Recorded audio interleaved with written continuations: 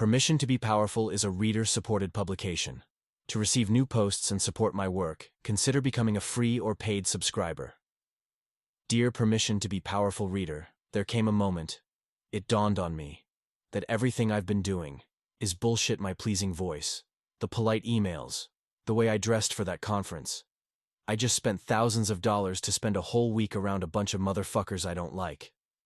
I sold my soul every day just to make a buck. And I thought, why am I doing this? And the sickest part of it all? Some of the people who go to these events believe they had fun. Those people don't know the meaning of fun. I'm calling bullshit. One Bachata Congress, and I never set foot in a marketing convention again. I don't care if I'm losing business. These people chip away at my soul. I don't fucking like them. Look at me begging them to approve of me. Running perfect circles around the sun to live up to their standards.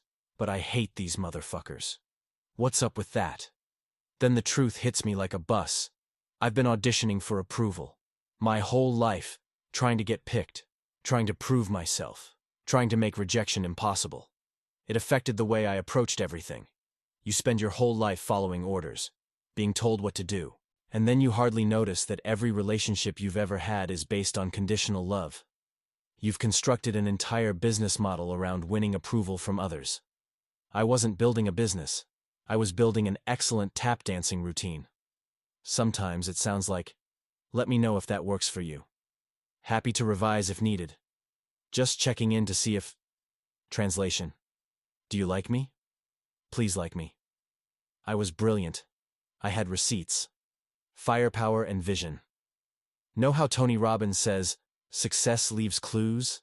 Signs of my greatness were everywhere, and still I doubted myself. I needed you to tell me I was fine first. People-pleasing says, deep down, I hate myself. This is why you're willing to abandon yourself to be polite. Why you need others to tell you you're okay. That's why you're smiling when you want to choke somebody. Because you already think you're worthless. It says, I'm not good enough, and I need to prove myself worthy. You're apologizing for being yourself from the jump. Because you don't believe you're good enough as you are. You're editing yourself to avoid being rejected. Because you already think you ain't shit. And that's a trap. I stopped trying to impress people I didn't respect.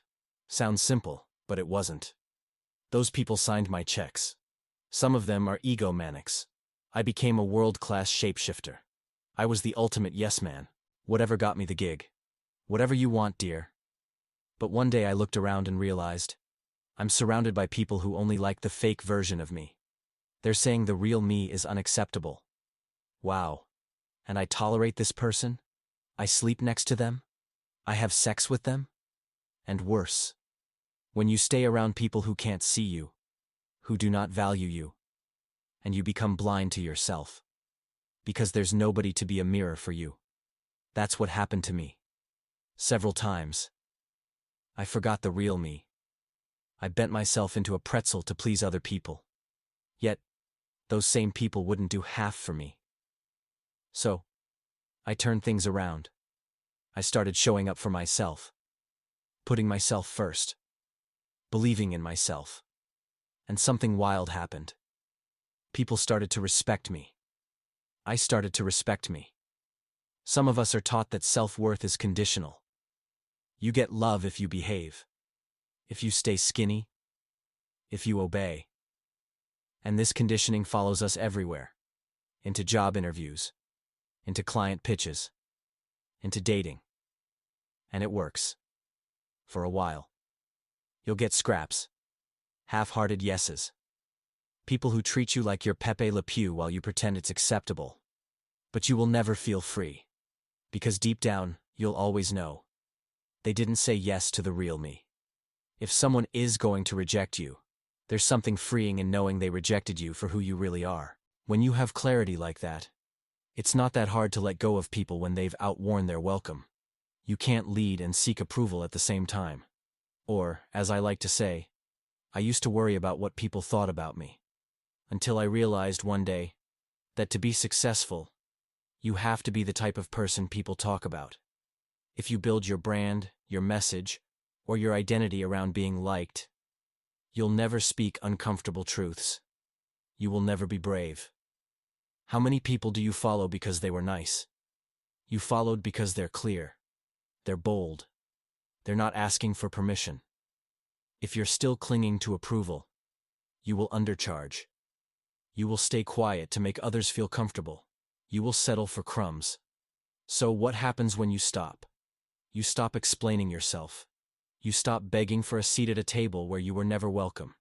You stop apologizing for being yourself. You speak the ugly truth. Have the balls to say what everyone else is thinking, but nobody has the guts to voice out loud, which earns you mad respect. And then, what happens next? You start acting like you already belong here. Because you do. Until next time, Anton Dancer, writer, Buddhist. Permission to be Powerful is a reader-supported publication. To receive new posts and support my work, consider becoming a free or paid subscriber.